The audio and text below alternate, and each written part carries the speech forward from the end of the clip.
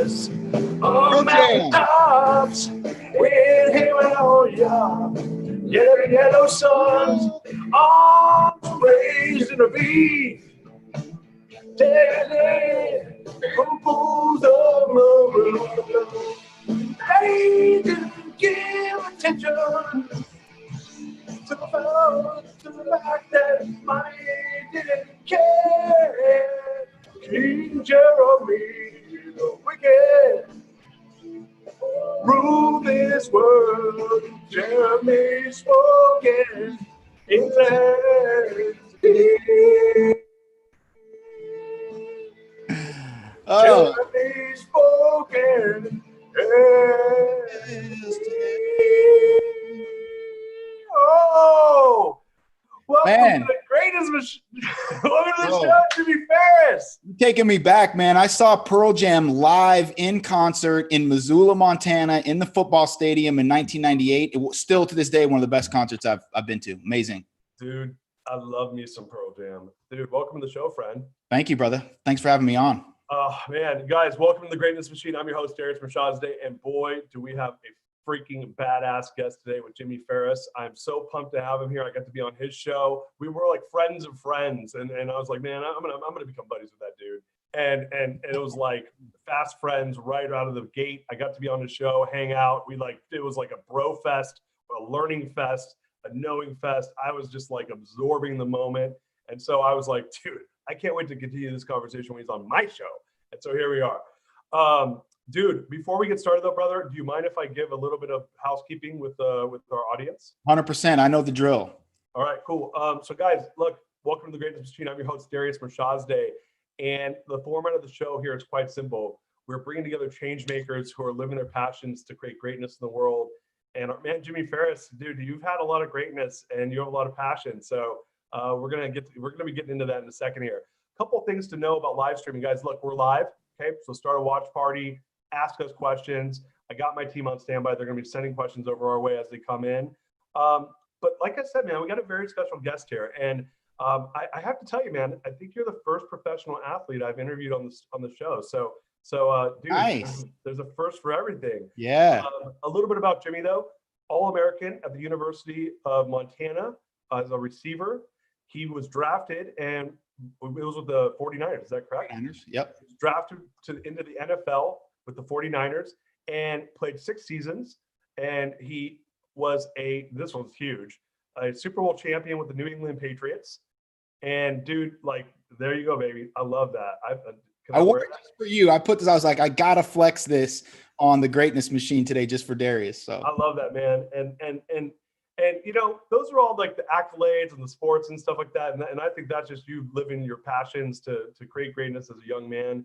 And now as an older, more distinguished man, you're living your greatness in a new way with Be a Pro, and that's your platform. So Jimmy has built his new platform called Be a Pro, and this is his live streaming virtual seminar and coaching platform. He's also a coach with Kaizen. And he's doing some really cool things, working with people to help elevate them and elevate the world. And so, man, I'm so proud to have you on the show. Did I miss anything, by the way? No, man, that was amazing. That was great. So thanks, man. Well, bro, dude, welcome to the show, man. I'm so pumped to have you here. Me too. I really appreciate it, man. It was great when we were able to connect. And like I said, I've been watching your live stream just because, I saw you on shows with Isaac and Amber, and I was like, I love this dude, man. We've got to get on each other's shows and just chop it up, man, because it feels just more like conversation, just like two old buddies kind of shooting the shit. So I love it. Well, you know, like and maybe I'll ask you this, like one of the cool things I like about doing the show is I do, you know, we're both doing the show a fair amount, is like, dude, I get to meet tons of cool people and then I get to make new friends. And so like fast friends, like I like once a week, twice a week, I meet someone. I'm like, dude, this guy, if he lived next door to me, we'd be hanging out all the time. Yes, literally. Exactly. I was saying that to Isaac the other day. I was like, man, when everything calms down, I can't wait to get some of these people together so we can actually hang out, like actually vibe and just, you know, spend time together. That's the best. Yeah. And we probably got a ways to go for that with the world's at, but until then, we just get to go hang out on each other's shows. We'll do a happy hour, you guys. We're gonna do a happy hour where we just get drunk together. I don't know if you drink, but I'm gonna get you drunk. I'm a vodka Red Bull guy. I'll do a couple. I like to just get buzzed. I don't ever get drunk. I get perfectly buzzed, and take the edge off a little bit and brings me out of my shell.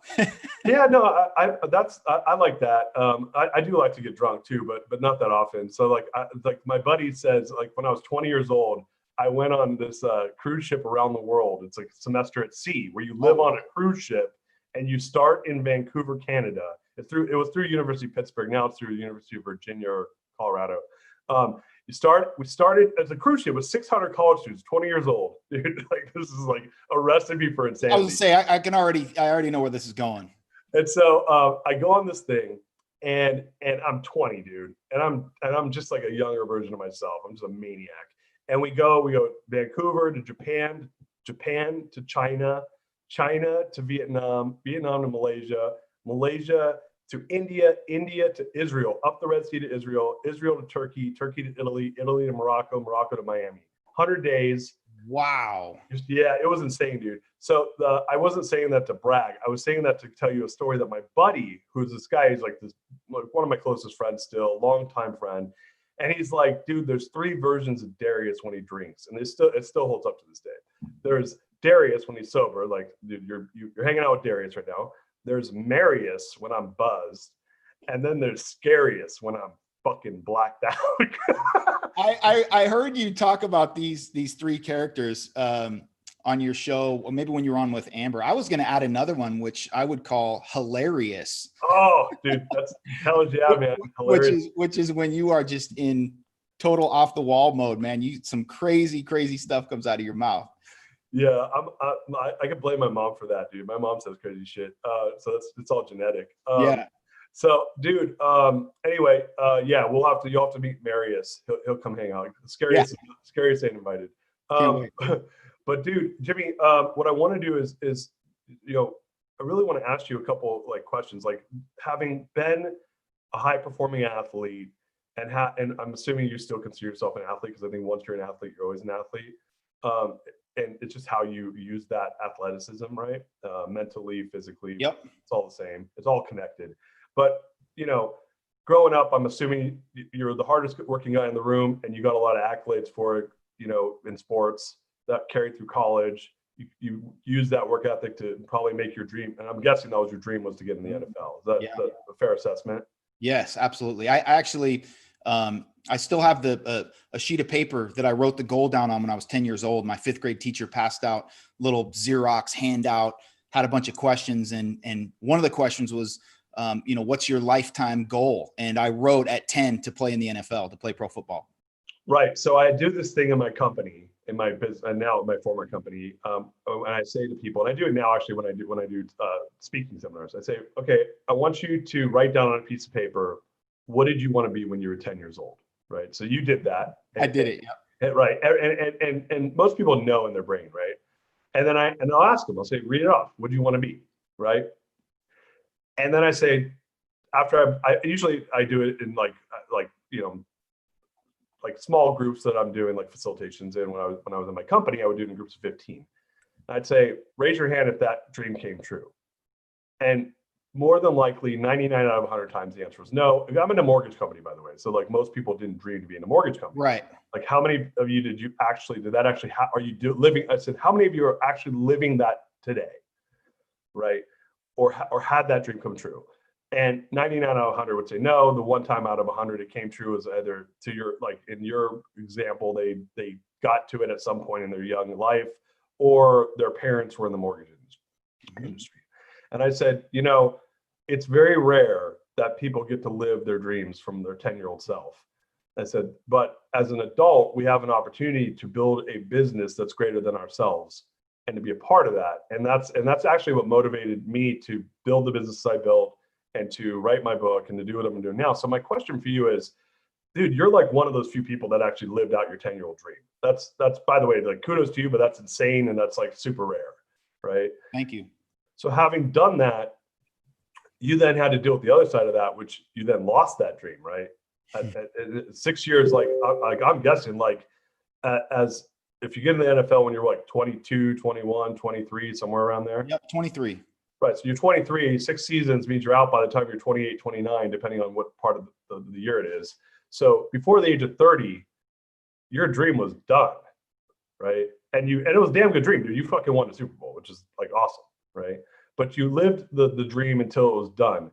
And so I want to ask you what might be a tough question, which is, how did that feel at that moment? It was, dude, it's kind of the centerpiece of everything I'm doing now. I was lost for a couple of years. I felt like I'd completely lost my identity, literally since the time I was 10. My whole goal, my whole dream had been to play pro football. And so I'd spent 20 years up to that point. I retired when I was 30 officially, and it wasn't voluntary really. It was, I didn't walk away on my terms. It was just because I couldn't get signed. No team wanted my services. And it's not abnormal at 30 for an NFL player. If you're not a Pro Bowler or a superstar, then they start to try to get you out of there. They gotta pay me 3 times as much as they got to pay a 21-year-old to do the same thing that I can do. And so it's not abnormal to be done at 30, but at that point in time, I'd spent 2/3 of my life, basically 20 of my 30 years, dreaming about being a pro football player and going about that process of all the workouts, all the sacrifice, all that type of stuff to be the best I could be in high school, and then the best I could be in college. And then all of my 20s were spent focused solely on football. And so, man, I was dealing with a loss of identity, loss of purpose, loss of structure. I didn't have a facility or a building to go to anymore that felt like kind of a second home base. I didn't have a trainer that I could walk into the weight room that handed me a card and said, here's what you have to do today. I didn't have a coach that was constantly giving me feedback about, hey, you're doing this really well. I need you to be better here. So, dude, I was just waking up every morning like, I don't know what to do today. I know I kind of want to work out. I kind of want to work towards something, but I don't know what that is. I don't have anybody helping me or telling me what to do. That's kind of the crux of what I struggled with the most, was that loss of structure combined with loss of identity, loss of passion, loss of purpose. I always refer to it as climbing mountains. I'd climb my first mountain, come down the other side of it. I was standing in the valley, and it was like, what's the next mountain to climb? Do I even have what it takes to climb another mountain? You deal with those self-belief questions. Was my greatness limited just to being an athlete, just to football? Do I have anything to offer the world or a potential company that would hire me? It was so many questions, man. It was a definite down period of my life for sure. And you feel really alone and really isolated, because the only other people that you personally that are going through the same thing are guys that you played with that are now on the back end of their career or dealing with retirement too. And sometimes that can just turn into a big pity party because they don't necessarily know what to do either. So you hang out with those guys and everybody's just like, yeah, this shit sucks, and it took a lot of work personally for me with mentors and personal development, things like that, to really start to move forward. So I have a friend from college who's a really good friend from high school, is Drew Bennett. And so, who was he was the tight end for the Titans, right? Tennessee, yep. Yeah, so I saw him come out. I saw him come out, and he did pretty well financially, right? He was Pro Bowler, and he made a lot of money. And then he came out, but same sort of thing. It's like then he was, kind of family guy and invested some of the money and was trying to get into business at that point. But I got to imagine that going from, dude, the highs of playing in a professional football team to normal life, civilian life, is pretty wide. That's a pretty wide mark, dude. That's what I always try to explain to people, is that when you're a pro athlete, life inside the walls of an NFL facility or an NBA facility, it's not real life. I had so many things that it sounds probably crazy. People are like, man, this is wild. But for a couple of years after I retired, every time I needed to go to the doctor or the dentist or something like that, I would call one of the old trainers with the Falcons, because I had made my home in Atlanta. So I was still close with those trainers at the Falcons, and say, hey, Ron, I need to get in to see the dentist. Can you call Dr. Gentry's office and see if they can get me in? And he's like, Farris, you're a grown man. Like, call him yourself, but for 15 years, from college and then through the pros, when I needed to see the doctor, I would tell the trainer, and then he would come up to me an hour later and say, hey, I got you in with Dr. Gentry. I got you in with Dr. So-and-so. I had a Reebok shoe deal. So I had Reebok shoes and clothing apparel. So it'd been 10 years since I'd really gone to the store and bought some athletic shoes or workout clothes. And so, there was all these different things that I was dealing with. Like, man, I got to figure out how to really navigate stuff kind of on my own. It wasn't real life. And at 30, you think you would have a lot of this stuff figured out. And I certainly thought that I did. I did what I was told or what I thought were the right things with my money. I'd put myself in a position to have a life after football. But, you think that while you're playing, but you don't realize what the reality of life is going to be when all of that is gone. When, like I said, you're sitting there on a day-to-day basis, like, what do I even need to focus on? What do I need to do? What's everybody else doing? And what everybody else was doing was they were 6, 7, 8 years into building their career at a company they took their first job with, or a company that they started, and now they're working on promotions. And I'm sitting here at 30, like, shit, I'm starting over. I'm literally starting at ground zero, and I don't have the skills. I don't feel like I necessarily have the skills to just kind of take this thing to another level or to a different place on my own. So at 30, you come out of this bubble, right? And like, arguably you've been in the bubble now for probably 14 years, because my guess is you were the best high school football player in your town or in your state or whatever. And so when you're the best at a sport in high school, especially football, like, dude, people bow down, right? You get really special treatment in the school, outside of the school, girls, whatever you're interested in. So you get this like demigod status, like at a pretty young age, right? Like probably like 15, 16 years old is when that started. And then that went all the way to your 30. That's half your life at that point, where you've been like larger than life, and people just kind of gave you what you wanted, right? To a certain degree, right? Obviously, depending on how big of a demigod you are, but enough where it's like normal mortals don't have that life, right? So now they're like, yeah, demigod, fuck off. Like, here's real life. Go do your own shit. And so, dude, they really like kind of drop you in the deep end, and it's deep as fuck. And they tie some weights around your waist, and they're like, see you on the other side, maybe, bro. Yes. Yeah. That's exactly how it feels, because when you're a player, when you can say, hey, I'm Jimmy Farris of the Washington Redskins or the Atlanta Falcons, when, sometimes there were times where I wanted to get in touch with anybody, really. I could go to one of our PR guys at the office, say, hey, I'd like to get in contact with X, Y, and Z. Actually, a funny story. I'm not ashamed to admit I watched The Bachelor and The Bachelorette. I have for a long time. And whatever. I like trash reality TV. It's always funny storylines, but funny story about that. So back in like 2003, I was watching The Bachelor, and one of the girls that made it into the top 2, who ultimately didn't get picked, the guy picked the other girl. I was like, man, I had a crush. I was like, she's cute. She's cool, all this type of stuff. So I went to one of our PR guys with the Falcons, and I said, I want to meet this girl. She lives in New York. We're playing the Giants in 2 weeks. Get her on the phone, tell her I want to meet her, and let's set something up. And so literally like that, by the end of the day, he was like, hey, I got it all set up. We fly in on Saturday. You guys are going to go out to dinner. Then I got her a ticket and a sideline pass for the game the next week. And it was just, that's kind of a silly example, but that's the reality of how the type of access you have when you have a pro sports organization attached to your name. I could call Mr. Blank, the owner of the Falcons, and say, I'd like to meet this guy who's the CEO of whatever company. And you've got a platform, you've got an automatic in with these people. But now take yourself as a retired former pro athlete, a guy who's no longer playing, a guy who can't get corporate tickets or anything like this for any of these people. And now you're trying to call people and say, hey, I'd like to meet this person, or I'd like to get connected with this person. It's like, yeah, we'll get back to you and we'll let you know.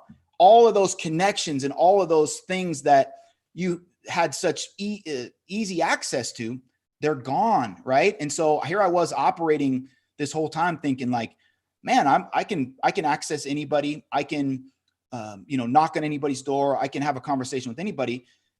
A year later, it's like, I don't even know where to turn. I don't have any connections anymore. I don't have any access anymore.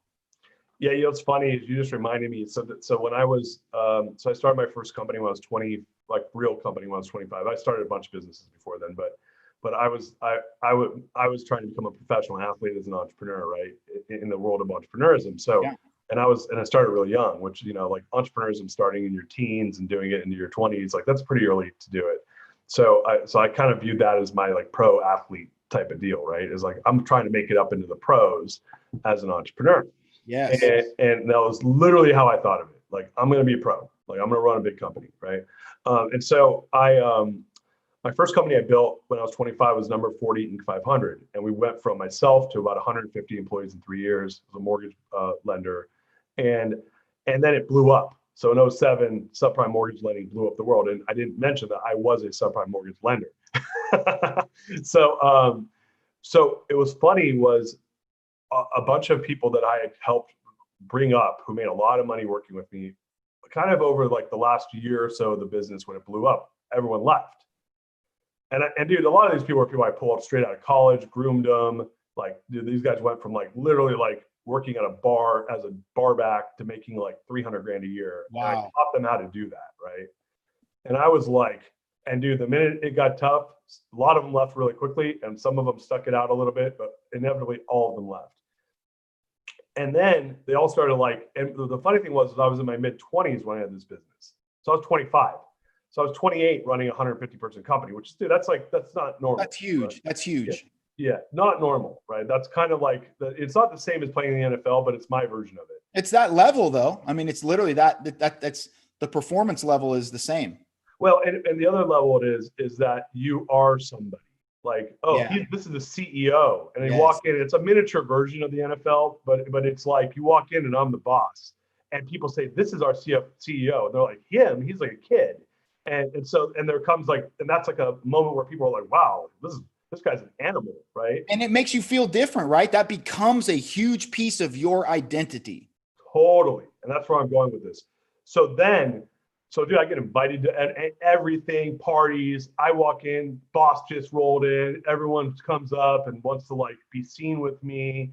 And then the company blows up. And this is my favorite quote, as I learned as an adult, is, success has many fathers and failure is a fucking orphan. That's right? it. God, yeah. God, that's so true. It's such a good quote, dude. And so when I became an orphan, this was the moment. All these people that were always inviting me shit, dude, they turned their back and they all started going to hang out together and didn't invite me to anything anymore. Oh, wow. And I was like, hey, dude, listen, man, I'm a heart-centered person, dude. I want good for people and I love on people like true and true. I don't use people, right? And I was like, whoa. And it broke, dude, I'm gonna tell you this, it broke my heart. Like I was like, wow, I thought these people were my friends, right? And so, but I realized something was that, yeah, they were young too, dude. And there's when you leave a business, you sometimes want some separation so you get your own identity and you want to kind of reestablish yourself. And I was thinking about myself. But I also noticed that my vendors treated me different when my business went from big to small. Everyone kind of treated me differently. And Yep. and then I got really kicked in the balls way harder. Then my business got shut down, and I had to go do a joint venture, and I wasn't the CEO, and I had to do two of them, and I wasn't the CEO in either of them. And I'd ask people to do stuff because, dude, I'm all about running a good business. Yes. And I'd be like, hey, this thing's broken over here. We need to fix it. And I'd get one of these. Yeah, I'm busy right now. And I'm like, the fuck? I was like, dude, this is a big problem. And I realized that as a CEO, people do things for me because I'm the CEO. That's it. Yeah. And I didn't learn that till dude, I'm 5 years after getting my ass kicked in 07. It's 2011, people were doing this to me. And so I spent a few years in purgatory getting my ass kicked and then having that done to me. And I was like, oh shit, people fucking give you special treatment when you're the CEO. And which, by the way, I don't have a big ego. So for me, I just thought that they did the right thing because it was the right thing to do when I asked them to do it, not because I was like the commander in chief, right? So the reason I say all that was I learned a lesson. I listened to this guy do a talk, and you reminded me of the talk. I wanted to give you my experience on this so you understood why this mattered. What you said resonated a lot with me because of my experience. But there's a guy who was this, I want to say he was like a senator or like a head of like a huge company. He was someone like who had major clout. Let's just say he was let's just say he was the head of like Secretary of State or something like that, right? Of the United States at one point. He goes to a speaking event. He says, I come in, they let me in through the back door. I got my special room. I get in there. There's a basket with fruit. There's like all this special treatment stuff, like food. Someone comes in, they see if I'm okay. They're like catering to me. And I'm like, wow, this is cool. I go, I do my speech. Limo picks me up, takes me to the airport. I fly home first class. Next year, I come back and I'm no longer the Secretary of the State. And I'm making up the title of this person. Yeah. I show up. They bring me in through the front door. They don't have a special room for me. They give me a cup of coffee in a styrofoam cup. No one cares. No one does anything for me. And then I got to find my way back to the airport. And I realized something in that moment. I realized that it wasn't about me. It was about me honoring the position that I held. And the position is what they were paying tribute to, not me as a person. And so when I thought about what you were saying is, it wasn't Jimmy Farris. It was Jimmy Farris, the professional athlete who's providing value for this larger platform. 100%.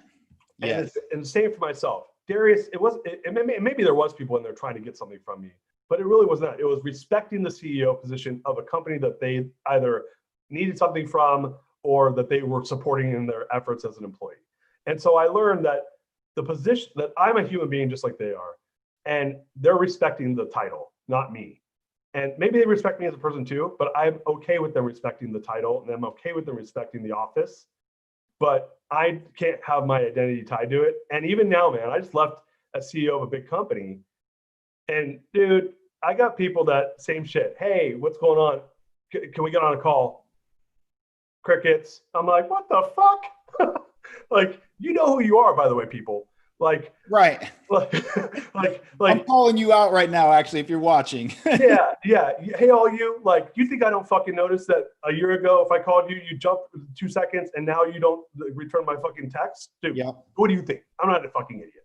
So, but it's okay. It's all good. I know you're disrespecting the office. So the point is that, I don't know, I just wanted to share that story because my question for you, I guess maybe you might have some comments on what I said, but sure. Question for you is, when you got to the point to realize it wasn't about Jimmy Farris, the person, it was Jimmy Farris, the receiver for the professional sports organization, how did you then move out of that? So you learn that really quickly because, you know, we all like to think oftentimes of ourselves and our impact or, you know, the value that we offer sometimes greater than it is. Right. And so I went through a process where every time I left a team and went to a new team, you're kind of surprised. Your feelings are a little bit hurt of how quickly they move on and replace you. You know, the next season you're watching the Falcons play and there's another guy wearing your old number and they think he's the new great thing and doing it's like, man, they forget you quickly and they move on quickly. And when you retire and you're just no longer in the league, you literally go from the last game that you played to being an NFL player to a couple months later, you're literally a has-been, right? And you've still got connections with some of those people and people still remember you. And for me, you know, I spent a year before I actually retired. I spent a full year in 2009, still working out, staying in shape, hoping to get a call, hoping to get signed. And so it took a while to really let go of that.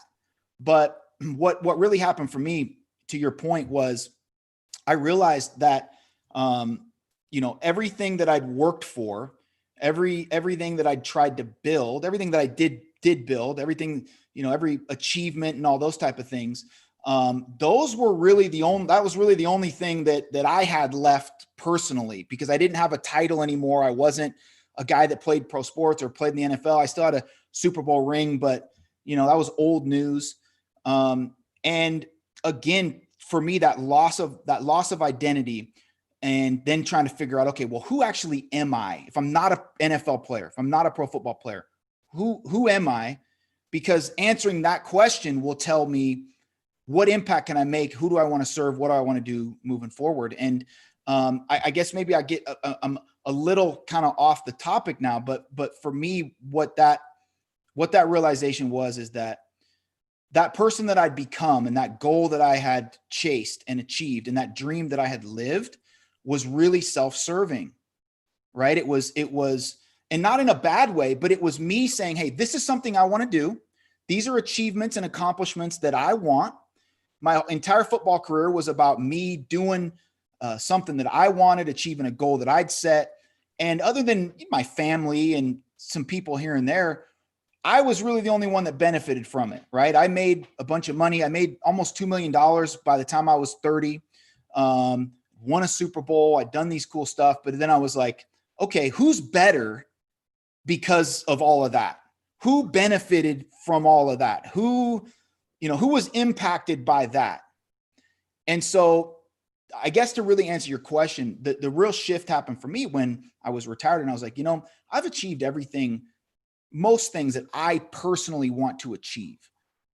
And so what I want to do moving forward is do things that basically correlate to me winning. When I win, when I achieve a goal, it's because other people were impacted and other people have benefited. So I didn't want to just go work for a company. I didn't want to just say, okay, well, let me just try to climb this next ladder and become Jimmy Farris, the CEO, or Right. let me just try to go, do something where I can make a couple $100,000 a year and continue my lifestyle.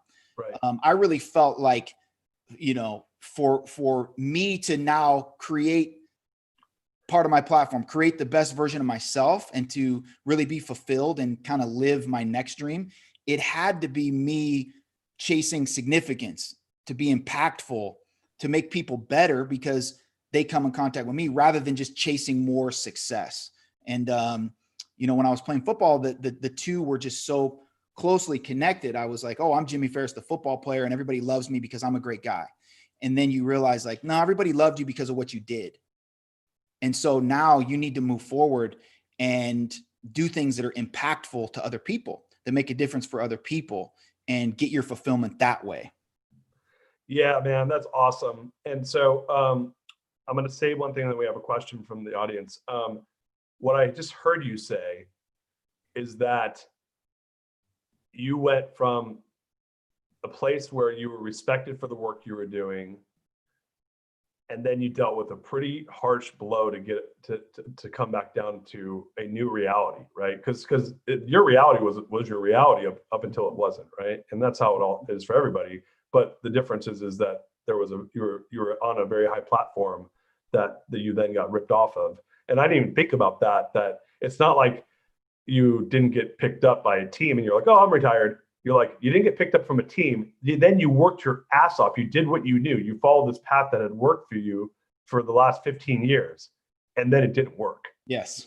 And then you had to tell yourself, I'm not doing this anymore. Like, I'm not allowed to do this anymore. And then you had to mourn the loss of that. 100%.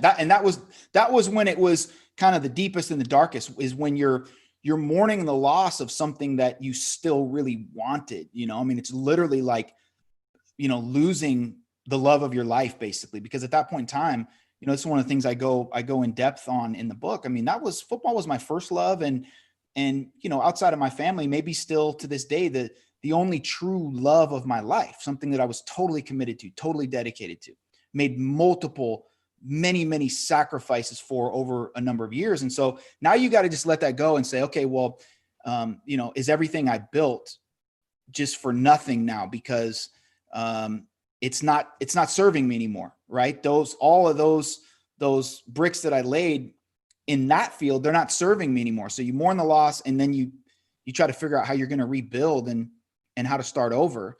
And I realized that people respected me for, when I was playing football, for who I was, which was as a professional athlete.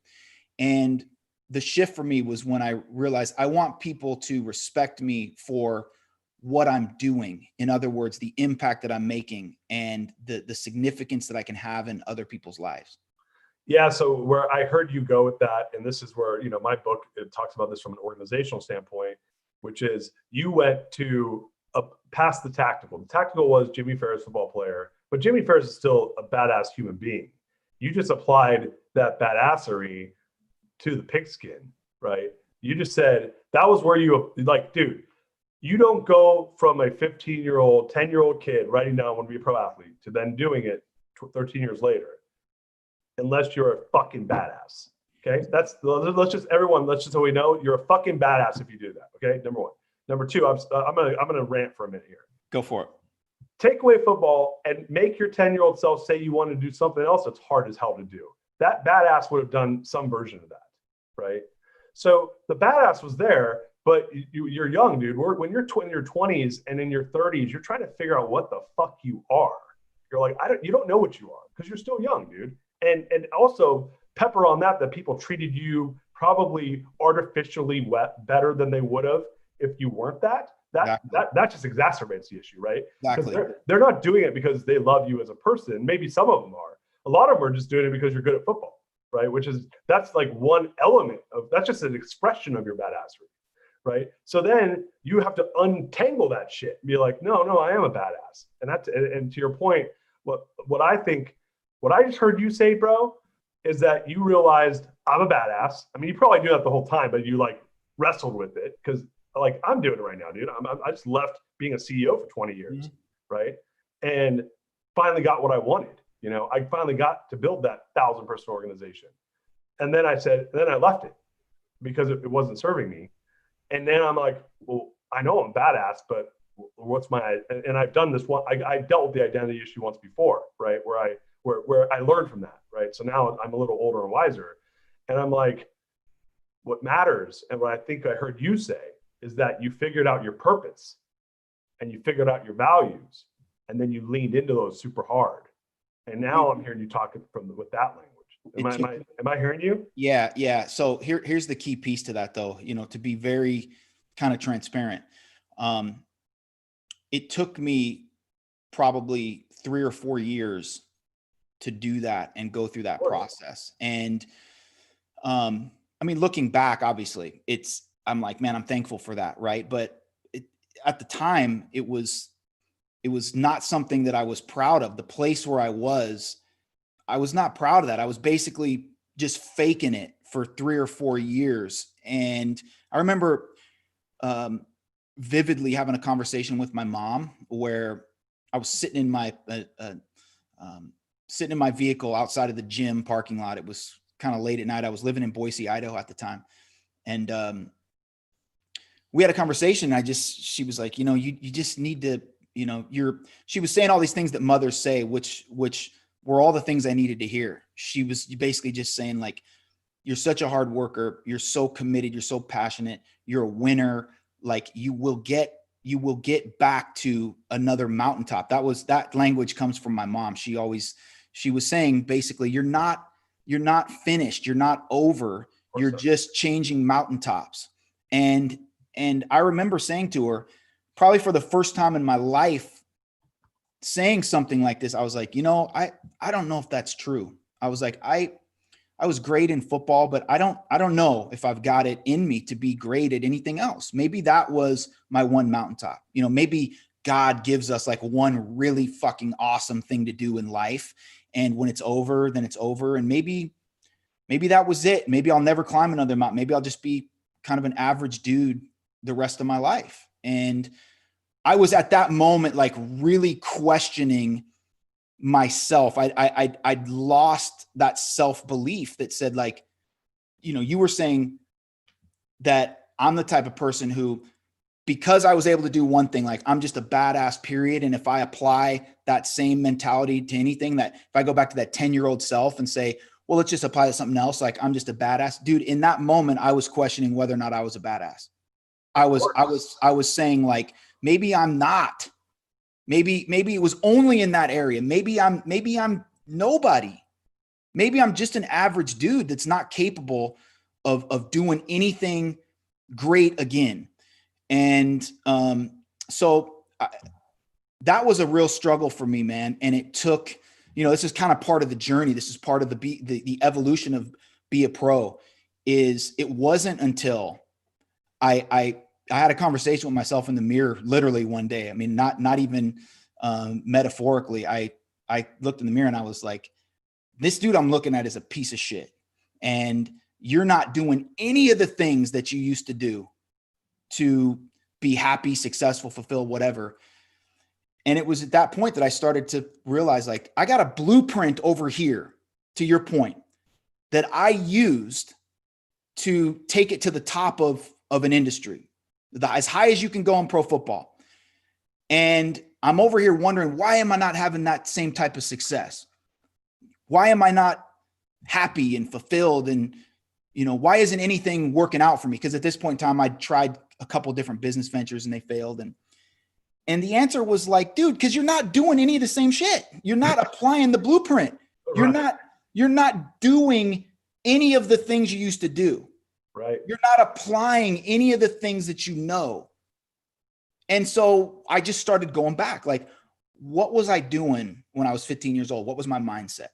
And I just started slowly, one by one, applying things like, yep, that worked for me. Yep, I'm going to take that. That worked for me. Using those tools. And that's how I built back, dude. And so your point was spot on. I had a blueprint. I had a toolbox. I had all the strategies that I needed.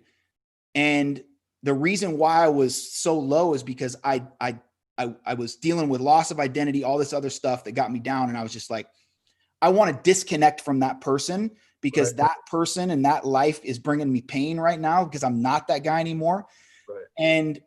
And because of that, I went low. And when I was like, you know what, let me embrace that motherfucker that did all that stuff. And let me put his blueprint back in play. Let me open up his toolbox again. And that's when I started to build back. So thank you for sharing that, by the way. I love the story, and I'm grateful for your vulnerability to share it, man, because I think it's really tough for people to own that shit. So thank you for that. I want to say, there's a book, when you keep talking about mountains, and there's a book that I was referred to that I haven't read yet, which my friends will laugh right now because I always refer books that I don't read. Right. I haven't read half these fucking books. No, I read like 4. They just make me look smart. I just write books. I don't read them. There you go. I don't need to read them. I write them. Just write these motherfuckers. That's it. So yeah, read Schmeed. No, Second Mountain by David Brooks. So I don't know if you read that book or not, but I have a friend who referred it to me last week because we were talking about the fact that I'm on my next mountain right now, and that what served me in the last mountain, I'm now having to go and climb that next mountain, and I'm a different person. And that part of this is the greatness machine. That's part of this next mountain, dude. I was telling a mentor of mine today, I said, dude, I said, well, do you feel like you're like a Ferrari engine that just needs to go into a new like body? And I said, no, I actually feel like I'm a fucking warrior that has all these skill sets of fucking living in like the wildlands, but I'm in this land and there's new fucking dinosaurs and shit that I've never seen before. And I'm like, I don't know how the fuck I'm going to cross the valley, but I'm going to kill some motherfuckers to get there. And I know I have the skills, but I don't know where I'm at. I don't know how I'm going to the next place. And I'm on this gnarly quest to build something great. And I don't even know what it is, but I just am following my heart and my calling. Now, most people I would say do that, but like know that I might take a few arrows. I might lose a few limbs in the process, and I'm gonna have to like, tie a branch on to get it back. But you got to be okay with that. And a lot of people I've talked to would say, like, you got to be okay with the pain you're going to feel when you go to the new dinosaur land with your fucking spears and realize they don't work against those dinosaurs. And you got to figure out some new weapons that you're going to have to use. Man, you got to be okay with that journey and embrace it, because that's, or don't do it. Stay with the tribe, go fishing in the stream, pet your kid's head, and know that you're not making it to the new land. It's your choice. That's it. That's it. Once you make that decision, you got to be all in. I mean, that's a huge piece of what we talk about. I don't care if you don't want to go to the top or be the best or be your personal best. I'm not here to try to motivate you to do that. But if you tell me that's what you want to do, now we're having a different conversation, and you better be prepared to do the shit that's necessary in order to do that. And I think what happens now a lot of times, and I'm sure you see this in business especially, is people say, oh yeah, I want X, Y, and Z. And then they don't do shit. Of course. They're not willing to take the arrows. Like you said, they're not willing to make the sacrifices. They're not willing to do the things that the other people that they're saying they want to be like are doing. They're pissed off that they're not having the same success. A year or two in, they're not where they want to be, so they just quit. And again, all of that is fine. All that is fine. Not everybody has to have the same mindset that I have or that you have. But if you tell me that this is what you want to do, then we're going to have a different conversation. Oh, hell yeah, man.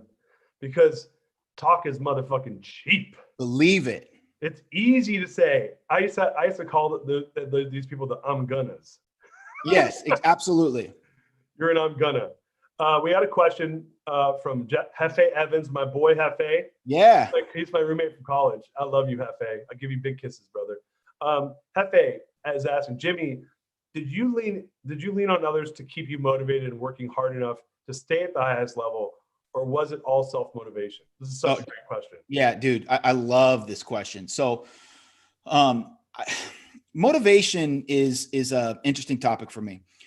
There's definitely times where, I felt really motivated and definitely times when we are really motivated, but I feel like there's more times when you're not motivated. You're not like pumped up after watching Rocky or driving to the gym with your favorite song playing or somebody didn't just piss you off that made you say, okay, I'm going to go show that guy, those are times when you're motivated, but that's really just an emotion. So for me, it was always two things.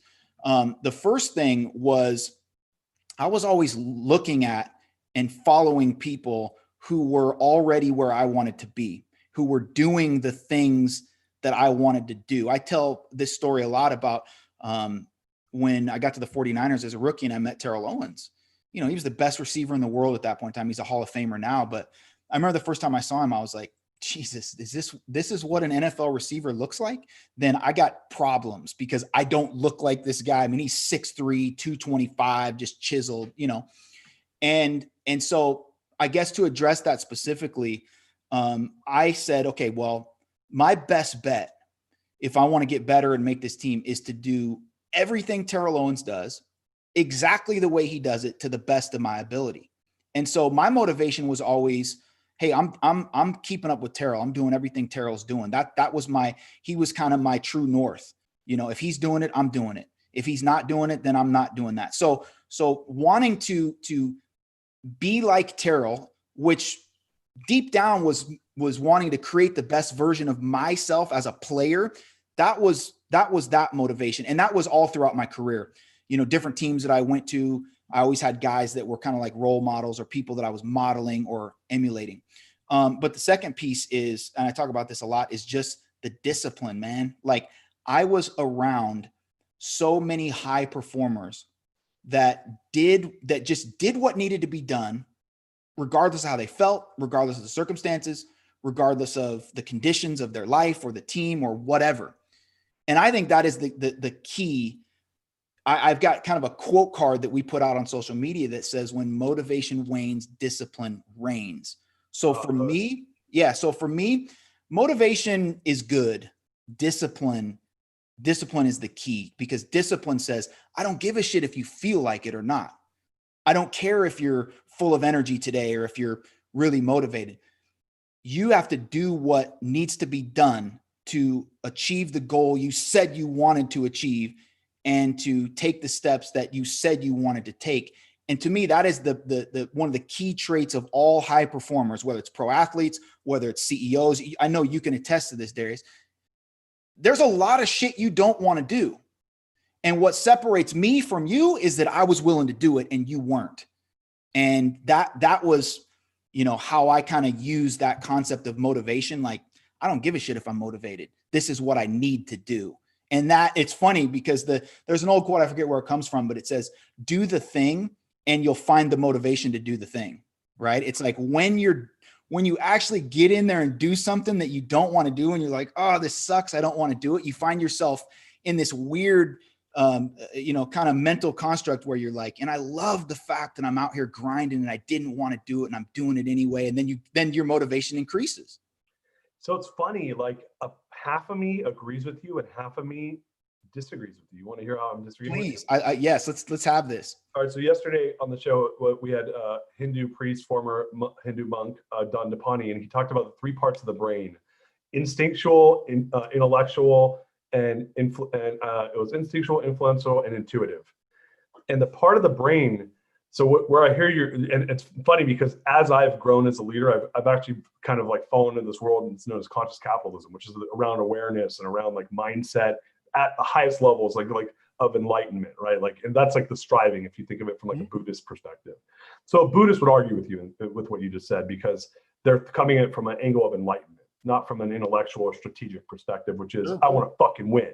So I'm gonna agree with you 110%. If your goal is to fucking win, you have to do what you just said. So I'm gonna use myself example. I lost 150 pounds. Dude, I wasn't gonna get there by meditating on a fucking rock overlooking the beach and just like hoping it would happen, right? And like, it just wasn't gonna happen that way. I had to actually go and like have this crazy goal and be like, dude, I can't weigh 4 bills. I gotta weigh 250, right? Because I don't want to die. And there was no like enjoying the path type of bullshit. I mean, when you take off 150 pounds, you're fighting homeostasis 1 pound at a time. Every single day, every hour. Yeah, it's gnarly, it's hard. And so I agree with you. If strategically you want to win, and if your definition of winning is achievement of goals, and your goal is a destination. Like, I want to get this job. I want to lose this weight. I want to take on this career. I want to graduate with this degree. Those are destinations that are goal-oriented, and they are a win when they happen. In order to do that, you need to come from a strategic mindset, and you have to be disciplined. So this is where I'm like 110% I agree with you, Jimmy.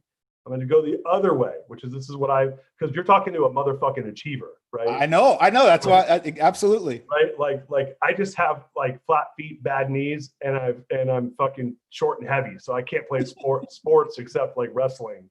And even then, like I'm not athletic enough to do it at a high level, but I'm intellectually a beast, and I'm like hard worker, and I'm motivated. Right. So I spent the last 42, I'm 42 and like a few days old.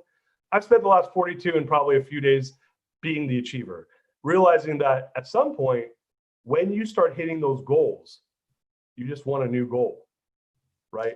Ooh, I love it. It's the cocaine of life. You just want Yes. more, right? Yes. Like, I just want more, right? Like, there's no like satisfaction. So dude, I remember when I was like, if I make 6 figures, I'll be so happy. And that number just moved up and moved up and moved up and moved up and moved up. Yep. Until I was like, motherfucker, when are you going to be tired of making, like, is there a number that matters? Because it doesn't seem to matter, you know? And then it was like, if I just build this house, I'll be happy. If I just buy that car, I'll be happy. If I just have 500 employees, I'll be happy. If I just have 1,000 employees, I'll be happy. If I just get this award as a CEO, I'll be happy. And I realized, dude, all that's happening is I get the 1 second shot in the arm and it's back to work, right? So I realized something. I never enjoyed the process. It was never about the process. It was about struggling to get to the next goal, which is necessary at times, don't get me wrong. But what I realized, and we were talking about this yesterday on the show, is the intuitive brain is all where creativity is. It's where they call it enlightenment. It's creativity, it's learner mentality, it's beginner's mind, it's love, it's like, and so my new mantra, dude, and I'm fighting myself on this every fucking day, is the path is the win. I gotta love the moment. I gotta love what I'm doing. And it might be that it's hard, but I'm loving the complexity of the challenge. And I'm not willing, and I'm gonna put, dude, I've roughed myself up enough in my life, been self-aggressive enough in my life. I'm actually fighting to say, you lazy motherfucker. I'm not allowed to say that to myself anymore, because I've been saying that to myself for 42 years. And I'm like, I'm not doing it anymore. I'm going to love myself. I'm going to enjoy the journey. Dude, I don't know where it's going to land me, but I'm going to fucking soak in and enjoy every second of it. And it'll take me where it's going to take me. So that's why I'm arguing with you. So I mean, I'll be honest with you. I don't see the contradiction there. I don't see the argument, because for me, just, you know, kind of to qualify some of this stuff. For me, the only real goal is to be the best that I can possibly be. And the only reason why I set tangible, or what I would call like success goals, of saying like, man, I want to make 500,000 this year. I want to have this car or do X, Y, and Z, is because those serve as little targets kind of along the way because for me, and I don't know exactly when I really figured this out. Maybe it was at some point kind of towards the end of my football career when I just really started, as you said, enjoying the process of and enjoying what I was doing. Dude, going for a goal or trying to live a dream for me has never really been about 100% about the idea of what can you get. I have always loved the idea of who it forces me to be, and as a result of that, who I can become, right? I think the pursuit of a goal is so much more about who you become rather than what you get. And so whether I am being a disciplined motherfucker about getting up at 5 a.m. and going and working out because I want to be a great football player, or whether I'm being super disciplined to achieve something in some other field. The point is that the discipline, the pain, making myself uncomfortable makes me better, period, regardless of the goal that I'm going for. So to me, it really comes down to this idea of I don't really care what I'm doing. I just want to use that to become somebody better. And those little targets along the way, those are kind of the ways that you measure it. It's like, okay, well, I definitely got better because I hit this target. Yeah. I'm definitely, I'm better in this area because look at the result. So it's not really results driven. It's growth and personal development driven. And I use the goals kind of as the target to be the evidence of that growth. But I just want to be better. I love it. So the qualification helped me understand it better, which is if the goal, because I think a lot of people are going to could misunderstand what you first said. Because a lot of people don't think about, the goal is for me to be the best version of myself. Most people like intuitively understand that, but they're like, the goal is for me to make more money, right? It's a very tactical goal.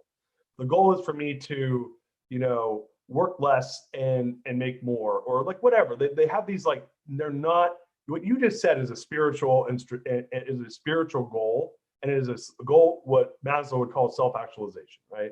How to be the best version of yourself, living the most engaged life.